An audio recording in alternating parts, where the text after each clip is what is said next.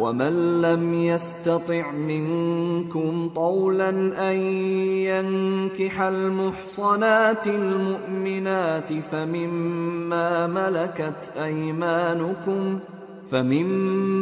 ملكت أيمانكم من فتياتكم المؤمنات والله أعلم بإيمانكم بعضكم من بعض فانكحوهن بإذن أهلهن وآتوهن أجورهن بالمعروف محصنات غير مسافحات ولا متخذات أخدان فإذا أحصن فإن أتين بفاحشة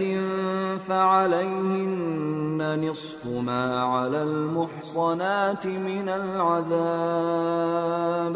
ذلك لمن خشي العنة منكم وأن تصبروا خير لكم والله غفور رحيم۔ اور جو شخص تم میں سے مومن آزاد عورتوں سے نکاح کرنے کا مقدور نہ رکھے تو مومن باندیوں ہی سے جو تمہارے قبضے میں آ گئی ہوں نکاح کر لے، اور اللہ تمہارے ایمان کو اچھی طرح جانتا ہے۔ تم آپس میں ایک دوسرے کے ہم جنس ہو،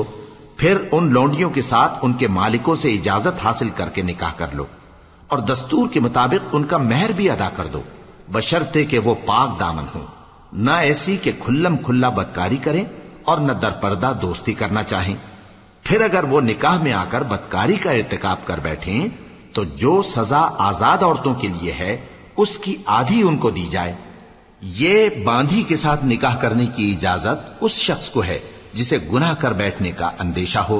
اور یہ بات کہ صبر کرو تمہارے لیے بہتر ہے، اور اللہ بخشنے والا ہے، مہربان ہے۔